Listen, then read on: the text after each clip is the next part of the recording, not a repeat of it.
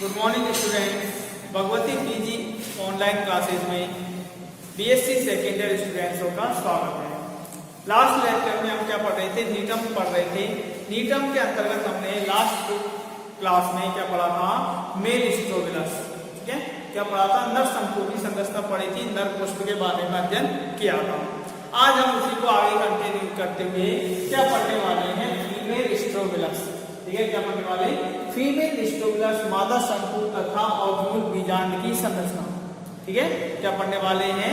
मादा शंकु और बीजांड की संरचना के बारे में अध्ययन करेंगे तथा गुरु बीजाणु हानि का विकास किस प्रकार से होता है उसका अध्ययन करेंगे, ठीक है। तो फर्स्ट ऑफ ऑल देखते हैं क्या? फीमेल स्ट्रोबिलस, ठीक है, क्या? फीमेल स्ट्रोबिलस, ठीक है, इसको क्या कहते हैं हम? मादा शंकु, ठीक है, क्या बोलते हैं? मादा शंकु कहते हैं। तो मादा शंकु की नीटम में नर शंकु के समान ही मादा शंकु भी क्या होते पाए जाते हैं, ठीक है। जैसे मैंने बताया था, इसमें नीटम की अनेक जातियां जो होती है, एक लिंगाश्रयी होती है, कई जातियां द्विलिंगाश्रयी होती हैं, ठीक है। तो मादा शंकु की संरचना देखें तो मादा शंकु इसमें इस प्रकार का पाया जाता है, ठीक है। मादा शंकु में, ठीक है, क्या होती है? एक मुख्य अक्ष उपस्थित होती है, क्या उपस्थित होती है? मुख्य अक्ष मेन एक्सिस पाई जाती है, ठीक है, मेन एक्सिस उपस्थित होती है, ठीक है। मैं नर शंकु के समान इसमें भी मादा शंकु में एक मुख्य अक्ष उपस्थित होती है। इस मुख्य अक्ष पर देखें तो शल्क पत्रों के, जैसे नर शंकु में बताया था मैंने, नर शंकु में जो अनेक शैलपत्र चक्र के रूप में व्यवस्थित होते हैं, इनको क्या बताया था मैंने? एक नाम कॉलर, ठीक है, कॉलर कहते हैं। इसी प्रकार से मादा शंकु में भी, ठीक है, मुख्य अक्ष पर, ठीक है, इस पर मुख्य अक्ष पर, ठीक है, सहपत्रों के कॉलर, ठीक है, कॉलर उपस्थित होते हैं, ठीक है, उपस्थित होते हैं, ठीक है। सहपत्रों के चक्र उपस्थित होते हैं, इन चक्रों को क्या कहते हैं? कॉलर उपस्थित होते हैं, ठीक है। प्रत्येक कॉलर पर, ठीक है, प्रत्येक कॉलर पर, ठीक है, कितने? 5 से 10 ऑर्गेन्स चक्रों में व्यवस्थित होते हैं, ठीक है, चक्रों में व्यवस्थित होते हैं, व्यवस्थित होते हैं, ठीक है। प्रत्येक चक्र पर, प्रत्येक सहपत्रों के चक्र पर, प्रत्येक कॉलर पर, ठीक है, 8 से 10 के उपस्थित होते हैं, ऑर्गेन्स चक्रों में व्यवस्थित होते हैं, ठीक है, जिसके द्वारा किसका विकास होता है? ऑर्गेन्स के अंदर गुरु बीजाणु का विकास होता है, ठीक है। तो ये किसकी संरचना है? मादा शंकु की संरचना, ठीक है। दोबारा से देख लें कि मादा शंकु में नर शंकु के समान एक मुख्य अक्ष उपस्थित होती है। मुख्य अक्ष पर सहपत्रों के कई चक्र उपस्थित होते हैं, इन चक्रों को भी क्या कहते हैं? हम कॉलर कहते हैं, ठीक है। प्रत्येक कॉलर पर 5 से 10 ऑर्गेन्स चक्रों में क्या होते हैं? व्यवस्थित होते हैं, ठीक है। ये किसकी संरचना है? नर शंकु की संरचना या उसकी अरेंजमेंट, ठीक है। नेक्स्ट देखते हैं गुरु बीजाणु हानि या ऑर्गेनुल की संरचना या मादा पुष्प, ठीक है।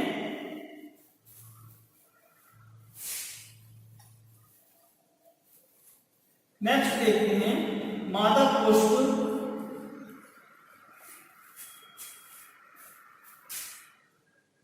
फीमेल फ्लावर या ऑर्गेनुल बीजांड या मेगास्पोरेंजियम, ठीक है, मेगास्पोरेंजियम, ठीक है। मादा शंकु, बीजांड या गुरु बीजाणु हानि की संरचना किस प्रकार की पाई जाती है? तो नीटम के मादा शंकु में, ठीक है, कई चक्रों में, ठीक है, चक्रों में क्या उपस्थित होते हैं? ऑर्गेनुल उपस्थित होते हैं। इसकी एक संरचना ये है, एक ऑर्गेनुल की संरचना, ठीक है, ये किसकी संरचना है? ऑर्गेनुल, ठीक है। बीजांड या गुरु बीजाणु हानि है, जिसको हम क्या कह सकते हैं? मादा पुष्प कहते हैं, ठीक है। इसके जो ऑर्गेनुल होते हैं बीजांड में, ठीक है, नीटम का जो बीजांड होता है, ठीक है, कौन सा टॉपिक पढ़ रहे हैं?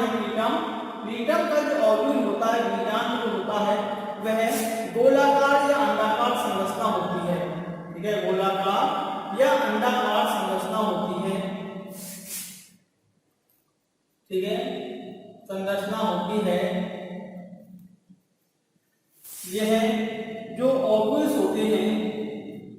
ठीक है, मुख्य अक्ष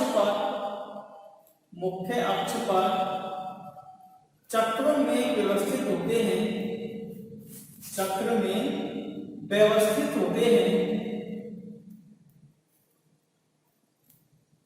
कैसे व्यवस्थित होते हैं? चक्रों में व्यवस्थित होते हैं, ठीक है। इसके जो ओव्यूल्स होते हैं, ओव्यूल्स जो होता है, ठीक है, नॉर्मल प्रकार का होता है। इसकी संरचना देखें तो बीजांड के सबसे केंद्रीय भाग में, ठीक है, बीजांड के सबसे केंद्रीय भाग में क्या उपस्थित होता है? न्यूक्लियस, ठीक है, क्या उपस्थित होता है? न्यूक्लियस उपस्थित होता है, जो कि मृदुत्कीय कोशिकाओं से निर्मित होता है। मृदुत्कीय बीजांड काय पाया जाता है। मृदुत्कीय बीजांड काय के चारों ओर, ठीक है, मृदुत्कीय बीजांड काय के चारों ओर क्या उपस्थित होता है? आवरण उपस्थित होता है, बीजांड का आवरण उपस्थित होता है, जिसको क्या कहते हैं हम? बीजांडावरण, ठीक है, इंटीग्यूमेंट्स, ठीक है, क्या कहते हैं? बीजांडावरण या इंटीग्यूमेंट्स कहते हैं। और नीटम का बीजांड का जो अध्यावरण होता है, इंटीग्यूमेंट्स होता है, वह मुख्य रूप से 3 स्तरों में क्या होता है? डिवाइडेड होता है। Outer integument, middle integument and inner integuments, ठीक है, बाहरी अध्यावरण, मध्य अध्यावरण और अंतः अध्यावरण, ठीक है। इन 3 स्तरों में क्या होता है? विभेदित होता है। इसके इनर जो इंटीग्यूमेंट्स है, ठीक है, आंतरिक अध्यावरण जो होता है, बीजांडावरण होता है, यह आंतरिक अध्यावरण, ठीक है, बीजांड को चारों ओर से घेरकर किसका निर्माण करता है? बीजांड के शीर्ष भाग पर, ठीक है, बीजांड के शीर्ष भाग पर माइक्रोपाइलर ट्यूब अर्थात बीजांड काय नलिका का क्या करता है? निर्माण करता है, ठीक है, बीजांड द्वारीय नलिका का निर्माण करती है। ध्यान रखना, माइक्रोपाइलर ट्यूब का निर्माण किसके द्वारा होता है? इसमें इनर इंटीग्यूमेंट्स के द्वारा होता है, ठीक है। इनर इंटीग्यूमेंट्स जो होते हैं माइक्रोपाइलर का निर्माण करती है, तथा बीजांड के शीर्ष पर क्या उपस्थित होते हैं? परागकोश उपस्थित होते हैं, ठीक है, क्या उपस्थित होते हैं? परागकोश उपस्थित होते हैं। तथा नीटम के बीजांड की सबसे प्रमुख विशेषता क्या होती है कि इसमें, ठीक है, इसके बीजांड के शीर्ष पर किसी भी प्रकार की बीजांड द्वारीय चोंच माइक्रोपाइल बीक का नहीं पाई जाती है। बीजांड काई चोंच जो होती है वो इसमें एब्सेंट होती है, अनुपस्थित होती है। इसके बीजांड के, ठीक है, बीजांड के आधारीय भाग से अध्यावरण में, ठीक है, 10 से 14 क्या 10 से 12 या 10 से 14 वैस्कुलर बंडल्स उपस्थित होते हैं, प्रवेश करते हैं, ठीक है। यहाँ से इस प्रकार से अध्यावरण में क्या प्रवेश करते हैं? यहाँ से वैस्कुलर बंडल्स प्रवेश करते हैं, ठीक है। ये वैस्कुलर बंडल्स क्या करते हैं? ओव्यूल्स को, ठीक है, संवहनी आपूर्ति प्रदान करते हैं, ठीक, क्या करते हैं? संवहनी आपूर्ति प्रदान करते हैं। तो ये इसकी क्या होती है? संरचना, ठीक है। तो मुख्य अक्ष पर व्यवस्थित चक्रों में व्यवस्थित होते हैं, ठीक है। बीजांड के केंद्रीय भाग में मृदुत्कीय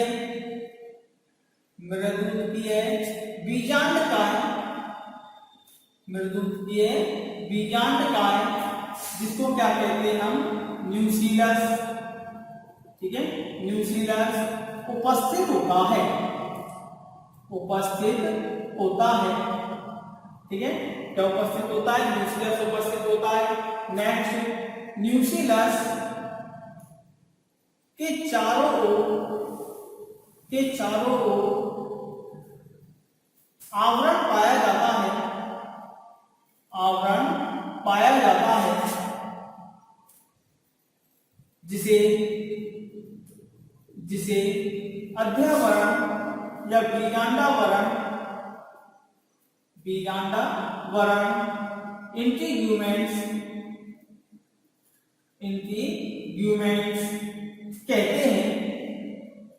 कहते हैं, जो 3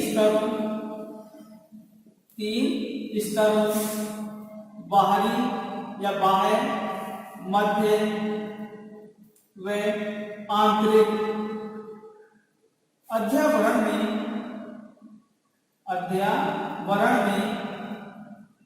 विभेदित होती है, ठीक है, अध्यावरण जो होता है इसका 3 स्तरों में बाह्य, मध्य, आंतरिक में विभेदित होता है। नेक्स्ट आंतरिक अध्यावरण, आंतरिक अध्यावरण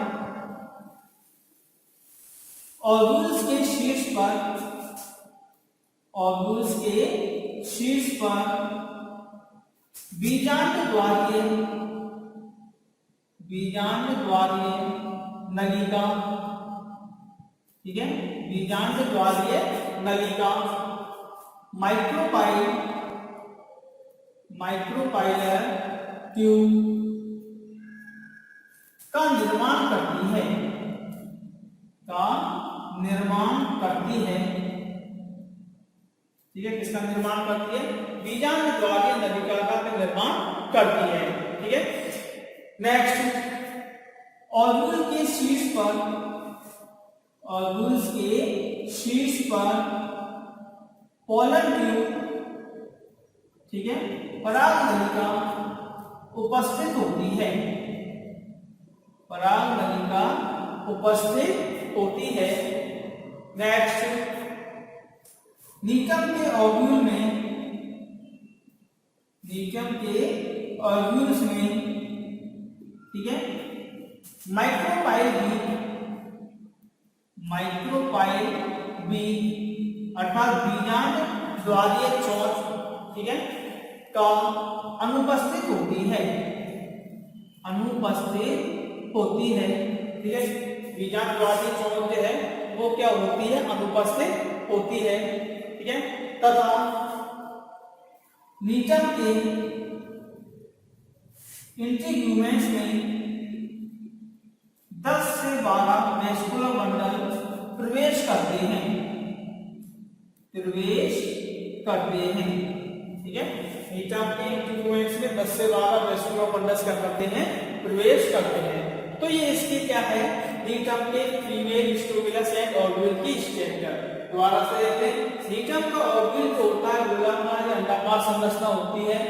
ओव्यूल जो होते हैं मुख्य अक्ष पर चक्र में व्यवस्थित होते हैं। बीजांड की संरचना देखें तो बीजांड के केंद्रीय भाग में मृदुत्कीय बीजांडकाय न्यूक्लियस उपस्थित होता है। न्यूक्लियस के चारों ओर आवरण पाया जाता है जिसे बीजांडावरण इंटीग्यूमेंट्स कहते हैं। 3 स्तरों outer integuments, middle integuments and inner integuments में विभेदित होते हैं। आंतरिक अध्यावरण ओव्यूल के शीर्ष पर बीजांड द्वारीय नलिका माइक्रोपाइलर ट्यूब का क्या करती है, निर्माण करती है। ओव्यूल के शीर्ष पर एक पोलन ट्यूब उपस्थित होती है। नीटम के ओव्यूल्स में माइक्रोपाइलर बी अर्थात बीजांड द्वारीय चोंच जो होती है अनुपस्थित होती है तथा नीटम के आधारीय भाग से इंटीग्यूमेंट्स में 10 से 12 वेस्कुलर बंडल्स क्या करते हैं, प्रवेश करते हैं, ठीक है। ये इसकी क्या है, संरचना है इसकी ओव्यूल की स्ट्रक्चर। अब ओव्यूल्स के अंदर किसका विकास होता है, गुरु बीजाणुधानी जो है उसका विकास किस प्रकार से होता है, डेवलपमेंट ऑफ मेगास्पोरेंशियम, ठीक है, डेवलपमेंट ऑफ मेगास्पोरेंशियम। इसको देखते हैं।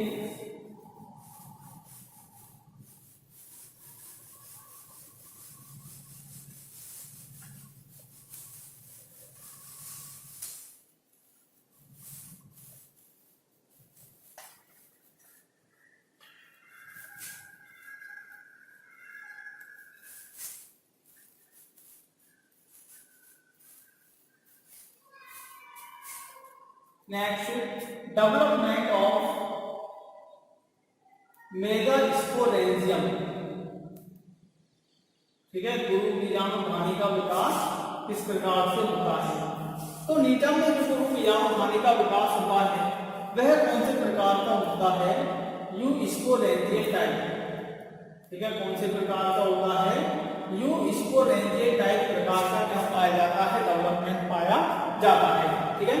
न्यूक्लियस की सतह पर, ठीक है, जो बीजांडकाय है न्यूक्लियस, इसकी सतह की जो हाइपोडर्मल सेल होती है, ठीक है, कौन सी सेल, हाइपोडर्मल सेल्स जो होती हैं, ठीक है, अधस्तसा जो होती है वह किसके रूप में कार्य करती है, आर्चीस्पोरियल इनिशियल के रूप में, ठीक है, किसके रूप में, आर्चीस्पोरियल इनिशियल के रूप में कार्य करती हैं, ठीक है। आर्चीस्पोरियल इनिशियल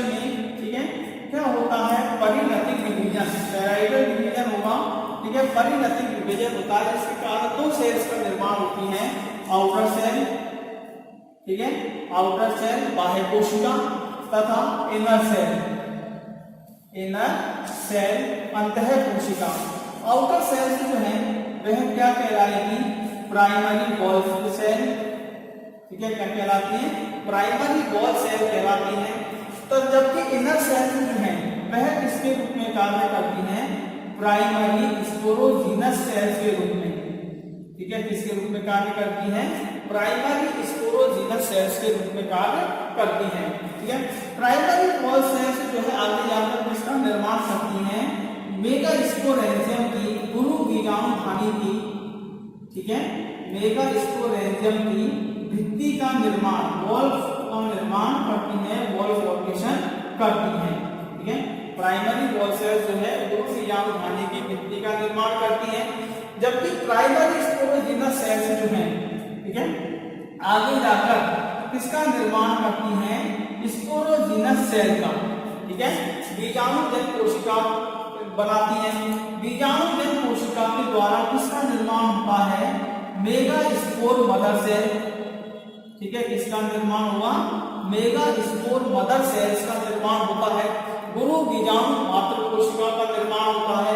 गुरु बीजाणु मातृ कोशिका में क्या होता है, मियोसिस होता है, ठीक है, क्या होता है, मियोसिस होता है, जिसके द्वारा किसका निर्माण होगा, 4 मेगास्पोर का निर्माण, ठीक है, इसका निर्माण होता है, 4 मेगास्पोर का गुरु बीजाणु का निर्माण होता है, ठीक है। इसके जो गुरु बीजाणु होते हैं, ठीक है, फीमेल बीटम में जो 4 मेगास्पोर होते हैं, ठीक है, नॉर्मली जिम्नोस्पर्म की बात करें तो 4 मेगास्पोर में से 3 मेगास्पोर डीजेनरेटेड हो जाते हैं, अपभाषित हो जाते हैं, केवल एक ही क्या होता है, फंक्शनल या एक्टिव मेगास्पोर पाया जाता है। लेकिन बीटम के ऑर्गुल में 4 मेगास्पोर जो है वह कैसे होते हैं, एक्टिव, ठीक है, या फंक्शनल कह सकते हैं, ठीक है, एक्टिव होते हैं, फंक्शनल होते हैं, कार्यात्मक 4 गुरु बीजाणु सक्रिय होते हैं। इसलिए नीटम के गुरु बीजाणुओं को क्या कहा जाता है, संगुरु बीजाणु, ठीक है, क्या कहा जाता है, संगुरु बीजाणु सिन मेगास्पोर, ठीक है, क्या कहा जाता है, सिन मेगास्पोर कहा जाता है, ठीक है, याद रखना है क्वेश्चन, ठीक है, इस जिम्नोस्पर्म में, ठीक है, सिन मेगास्पोर या संगुरु बीजाणु पाए जाते हैं, 4 मेगास्पोर, ठीक है, फंक्शनल होते हैं, एक्टिव होते हैं, तो किसमें पाए जाते हैं, नीटम में पाए जाते हैं। तो ये किसका विकास है, डेवलपमेंट ऑफ मेगास्पोरेंजियम, ठीक है। तो आज हमने क्या बोला, फीमेल स्ट्रोबिलस की संरचना, ऑर्गन की structure and development of megasporangium, ठीक है। अब यहाँ पर हमारी स्पोरोफिटिक स्टेज जो है वो क्या होती है, कंप्लीट होती है, ठीक है। नेक्स्ट लेक्चर में हम क्या पढ़ेंगे, गैमेटोफिटिक स्टेज, ठीक है, नर युग्मकोद्भिद का विकास और मादा युग्मकोद्भिद का विकास, ठीक है, किस प्रकार से होता है, ठीक है। तो ध्यान से पढ़ना नीटम को, बहुत ही अच्छे क्वेश्चंस बनते हैं, ठीक है। नेक्स्ट लेक्चर में मिलते हैं, development of male gametophyte. Thank you.